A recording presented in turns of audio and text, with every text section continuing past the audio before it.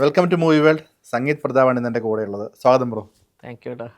നമ്മൾ കുറേ കാലത്തിന് ശേഷമാണ്, അതെ, അതെ, നമ്മൾ ഫോൺ വഴിയായിരുന്നു ഇപ്പം പ്ലാൻ ചെയ്യുമെന്ന് പറഞ്ഞിട്ട് നമ്മൾ ഇപ്പോഴാണ് നമുക്ക് ഇരിക്കാൻ പറ്റുന്നത്. ഹൃദയം സിനിമയിൽ പ്രണവ് മോഹൻലാലിൻ്റെ കഴുത്തിന് കുത്തിപ്പിടിക്കുന്ന ഒരു സംഭവമുണ്ട്. ഹൃദയപൂർവ്വം സിനിമയിൽ ലാലേട്ടൻ്റെ കാല് പിടിച്ച് പൊക്കുന്ന സാധനമുണ്ട്. മോഹൻലാൽ കുടുംബത്തോട് എന്തെങ്കിലും വൈരാഗ്യമുണ്ടോ? ഹൃദയപൂർവ്വത്തിൽ ആക്ച്വലി കാല് പിടിച്ച് പൊക്കുന്നെങ്കിലും സഹായിക്കാൻ വേണ്ടിയിട്ടാണ്, എന്താണ്? ഹൃദയത്തിലെ പോലെ അല്ല. ആക്ച്വലി ഇന്നലെ ലാലേട്ടൻ എനിക്ക് വാട്സപ്പിൽ അയച്ചിട്ടുണ്ടായിരുന്നു ഒരു ട്രോൾ ഇറങ്ങിയിട്ടുണ്ടായിരുന്നു. അതായത് ഞാൻ പ്രണവിനെ ഇടിക്കുന്ന മറ്റേ ബസ്സിന്റെ അവിടെ വെച്ച് ഇടിക്കുന്നതും അത് കഴിയുമ്പോഴേക്കും എന്റെ പിള്ളേരെ തൊടുന്നോളൂ അത് പറഞ്ഞിട്ട് ലാലേട്ടൻ എന്റെ അതുകൂടെ മിക്സ് ചെയ്ത് അത് ലാലേട്ടൻ തന്നെ എനിക്ക് അയച്ചു, ആരും ഫോർവേഡ് കൊടുത്തിട്ട്. അപ്പോ എനിക്ക് ഭയങ്കര സന്തോഷമാണ്. അതായത് എന്റെ ഫസ്റ്റ് പടമാണ് ഹൃദയം ആസ് ആൻ ആക്ടർ.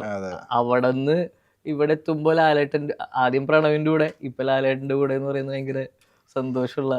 തീർച്ചയായിട്ടും അങ്ങനെ തന്നെ സ്റ്റെപ്പ് ബൈ സ്റ്റെപ്പ് ഉയരങ്ങളിലേക്ക് തന്നെ പോട്ടെ. മോഹൻലാൽ ശ്രീനിവാസൻ കോംബോ എന്ന് പറയുന്ന പോലെ തന്നെയാണ് മോഹൻലാൽ സംഗീത് പ്രതാപ് കോംബോ വരുമ്പോൾ അവർ ഭയങ്കര ആ കോംബോ പോലെ തന്നെ ഫീൽ ചെയ്യുന്നു. സത്യനന്ദിക്കാട് സാറിൻ്റെ ഒരു സ്റ്റേറ്റ്മെൻറ്റ് കണ്ടു. എങ്ങനെ എൻജോയ് ചെയ്തു ആ ഒരു മൊമെന്റ്സ് ഒക്കെ എങ്ങനെ ഉണ്ടായിരുന്നു ശരിക്കും? ഈ ഇങ്ങനെ എന്തുകൊണ്ടായിരിക്കും സത്യനന്ദിക്കാട് സാർ ഇങ്ങനെ പറയാമെന്ന് ചിന്തിച്ചിട്ടുണ്ടോ?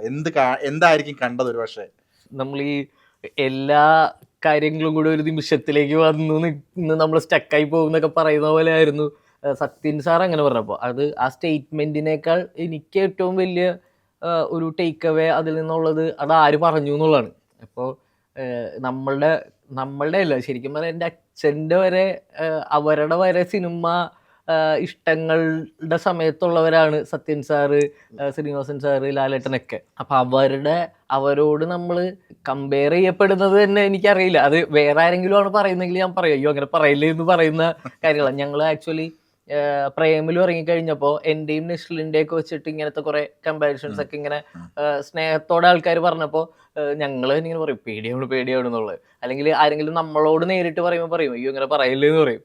പക്ഷെ ഇത് പറയുന്ന ആള് ഭയങ്കര ലെജൻഡായിട്ടുള്ള നമ്മളുടെ സിനിമ ഇഷ്ടങ്ങൾ വളർത്തിയ ആൾക്കാരാകുമ്പോൾ അത് ഭയങ്കര നമുക്ക് പിടിച്ചിരിക്കാൻ പറ്റില്ല അതിനോട്. ഇമോഷണലി ഭയങ്കര അതായിരുന്നു ഈ കുറെ നാളെത്തിയിട്ട് നമ്മൾ വായിക്കുമ്പോ ഒക്കെ കണ്ണ് നിറയാന്ന് പറയുന്ന ഒരു മൊമെന്റ് ഉണ്ടാകുന്നത് കുറെ നാൾക്ക് ശേഷമായിരുന്നു. ബാക്കിയെല്ലാം ഇങ്ങനെ സന്തോഷത്തോടെ എൻജോയ് ചെയ്ത് പോകുമ്പോ ചില മൊമെന്റ്സ് നമുക്ക് ഒരു വേറൊരു കാര്യമായി വിളിച്ചു അതിനുശേഷം സാറായിട്ട് സംസാരിക്കുകയും ചെയ്തു? ഇല്ല, ഞാൻ അതിനുശേഷം സംസാരിച്ചിട്ടില്ല. ഞങ്ങൾ ആക്ച്വലി ഷൂട്ട് കഴിഞ്ഞിട്ട് പിന്നെ എനിക്ക് വിളിക്കാൻ പറ്റിയിട്ടില്ല. ഞാനും പിന്നെ ഇങ്ങനെ വിളിച്ചിതാക്കാറില്ല. അപ്പൊ ഒന്ന് കാണണം എന്ന് പറഞ്ഞിട്ട് അനൂപേട്ടനും ഉണ്ടായിരുന്നു വർക്ക് ചെയ്യാൻ, അനൂപ് സത്യൻ. അപ്പൊ അനൂപേട്ടനും പറയാറുണ്ട് ഇങ്ങനെ എന്നെ കാണണം എന്ന് പറഞ്ഞിട്ടുണ്ടെന്ന്. അപ്പൊ ഇങ്ങനെ പോണം ഇനി ഒരു ദിവസം. അടിപൊളിയാവട്ടെ. ഈ എനിക്ക് തോന്നുന്നു പ്രേമലു തന്ന ശരിക്കും പറഞ്ഞ ഒരു അപ്സൈഡ് ഡൗൺ എന്താ പറയുക, അതിനൊരു ഒരു ഭയങ്കര ജീവിതത്തിൽ വലിയൊരു യൂട്ടേൺ എന്ന് പറയാം, ജീവിതം തിരിച്ചുവിടുന്ന ഒരു സാധനം. അതുവരെ എഡിറ്ററാണ്, എന്നാൽ ഹൃദയത്തിൽ അഭിനയിക്കുന്നു. പ്രേമലുവിന് ശേഷമാണ് ശരിക്കും ഫോക്കസ്ഡ് ആയത്, ആക്ടിങ്ങിലേക്ക് തന്നെ ഫോക്കസ്ഡ് ആയത്. എന്നാൽ സർക്കിട്ട് എഡിറ്റ് ചെയ്യുകയും ചെയ്തു. ഞാൻ ആക്ടിങ്ങിലേക്ക് ഫോക്കസ്ഡ് ആയത് പ്രേമലുവിന് ശേഷം തന്നെ എന്ന് പറയാം. കാരണം അതിനു മുമ്പ് എനിക്ക് ഭയങ്കര ബേസിക്കലി ഫിലിം മേക്കിങ്ങും എഡിറ്റിങ്ങും തന്നെയായിരുന്നു പെർസ്യൂ ചെയ്തുകൊണ്ടിരുന്നത്. അവിടെ മാർക്ക് ഉണ്ടാക്കണം എന്നുള്ളതായിരുന്നു ആഗ്രഹം. അഭിനയം ഈ പറഞ്ഞ പോലെ നമ്മളുടെ ഏറ്റവും കംഫർട്ട് സോണുള്ള ആളുകളുടെ കൂടെ ചെയ്തു പോകുന്നു എന്നുള്ളത് മാത്രമേ ഉണ്ടായിരുന്നുള്ളൂ. അതിനെ പാഷനേറ്റ് ആയിട്ട് കാണുകയും അതിൽ എഫേർട്ട് ഇട്ട് കഥകൾ കേൾക്കുന്നത് തുടങ്ങിയ എഫേർട്ടാണല്ലോ. നമ്മൾ തീരുമാനങ്ങൾ എടുക്കുന്നത്, യെസ്സും നോയും പറയുന്നത്, പിന്നെ ഒരു സിനിമയുടെ ഓരോ ദിവസങ്ങളും വലിയ എഫേർട്സ് ആണ്. ഷൂട്ടിന്റെ സമയം, അതിനുശേഷം പ്രൊമോഷൻസ്. അപ്പം ഇങ്ങനെ ഒരു വലിയ ട്രാവലാണ്. ആസ് ആൻ ആക്ടർ നമ്മൾ എടുക്കേണ്ടി വരുന്നതും വലിയൊരു ട്രാവലാണ്. അപ്പം അതിനേക്കുള്ള ഒരു തീരുമാനത്തിലേക്ക് എത്തിയതിന്റെ റീസൺ പ്രേമലു തന്നെയാണ്. ഈ പ്രേമലുവിന് ശേഷം കുറച്ച് സീരിയസ് ആവുന്നു. അപ്പം പിന്നീട് വരുന്ന ഈ സ്ക്രിപ്റ്റ് സെലക്ഷൻ പരിപാടികളൊക്കെ എങ്ങനെയാണ്? ഇപ്പം ഓഫ് കോഴ്സ് ഹൃദയപൂർവ്വത്തിലേക്ക് വന്നു കഴിയുമ്പോൾ അതിന് പ്രത്യേകിച്ച് സെലക്ട് ചെയ്യേണ്ട കാര്യമില്ല. ലാലേട്ടൻ സത്യനന്ദിക്കാട് എന്ന് പറഞ്ഞ രണ്ട് ലെജൻസിന്റെ കോംബോയിലേക്ക് വിളിക്കുന്നു. ഇനി കുറച്ചുകൂടി സെലക്ട് ചെയ്യുമോ? പിന്നെ ഇപ്പം പ്രൊഡക്ഷൻ നമ്പർ 20 ആഷിഖ് ഉസ്മാന്റെ പ്രൊഡക്ഷനിൽ നായകനായിട്ട് വരുന്നു, മമിത സംഗീത് കോംബോ വരുന്നു. ഇപ്പോഴത്തെ ഒരു സെലക്ഷൻ പ്രൊസീജിയേഴ്സ് ഒക്കെ എങ്ങനെയാണ്? പ്രേമലുവിന് ശേഷമാണ് ആക്ടർ എന്നുള്ള രീതിയിൽ സിനിമകളുടെ കഥ കേട്ടതിന് ശേഷം ചൂസ് ചെയ്യാൻ തുടങ്ങിയത്. അപ്പം അതൊരു സത്യം പറഞ്ഞ ഒരു പ്രിവിലേജ് തന്നെയാണെന്ന് പറയാം. കാരണം നമുക്ക് വരുന്നു ഒരുപാട്, ഞാൻ എണ്ണം പറയുന്നില്ല, അങ്ങനത്തെ എണ്ണാറുണ്ട്. ഫസ്റ്റ് തുടങ്ങിയ ഞാൻ കേൾക്കുന്ന കഥകളൊക്കെ നമ്മൾക്ക് ഏറ്റവും ഇഷ്ടമുള്ള ആളുകൾ പോലും നമ്മളെ വിളിക്കുക, നമ്മൾ സിനിമയുടെ പാർട്ടാവാന്ന് വിചാരിച്ചിരുന്ന ആൾക്കാർ നമ്മൾ വിളിക്കുക എന്ന് പറയുന്നത് ഭയങ്കര ഭാഗ്യം തന്നെയാണ്. അതിൻ്റെ ഒപ്പം തന്നെ നമ്മൾക്കൊരു റെസ്പോൺസിബിലിറ്റി പോകുന്നുണ്ടല്ലോ. ലൈക്ക് ആസ് ആൻ ആക്ടർ ആളുകൾ നമ്മളിങ്ങനെ ഭയങ്കര എന്താ പറയുക, ക്രിട്ടിക്കലി ആണ് നമ്മളെ നോക്കി കണ്ടുകൊണ്ടിരിക്കുന്നത്. ഞാൻ ആക്ച്വലി അഭിനയിച്ച് തുടങ്ങിയിട്ടുള്ളൂ. ഒരു പ്രോപ്പറായിട്ട് പറയാൻ പറ്റുന്ന 2-3 സിനിമകളാണ് ആളുകൾ സംഗീതം എന്നുള്ള രീതിയിലോ അമൽ ഡേവിസ് എന്നൊക്കെ ഉള്ളതിൻ്റെ ബാക്ക്ഡ്രോപ്പിലും പോലും കണ്ടു തുടങ്ങിയത്. പക്ഷെ എന്നിട്ടും ഈ പറഞ്ഞ പോലെ ക്രിറ്റിസിസം കുറച്ച് അധികം നമ്മൾ നേരിടേണ്ടി വരുന്നുണ്ട് പല രീതിയിലും. ഞാൻ എന്നെപ്പറ്റി മാത്രമല്ല, ആസ് ആൻ ആക്ടേഴ്സ് ഉള്ളൊരു കമ്മ്യൂണിറ്റിയുടെ ഭാഗമായിട്ട് പറയാണ്. അപ്പോൾ അതുകൊണ്ട് തന്നെ അവർ പറയുന്നത് ഭയങ്കര ക്ലിയർ ആണെന്ന് നമുക്ക് തന്നെ തോന്നും. ആദ്യത്തെ കമൻറ്റ് മാത്രമേ വിഷമിപ്പിക്കുള്ളൂ, രണ്ടാമത്തേത് തുടങ്ങി നമുക്ക് തോട്ട്സ് ആണ്, ഇത് ശരിയാണല്ലോ എന്നുള്ളത്.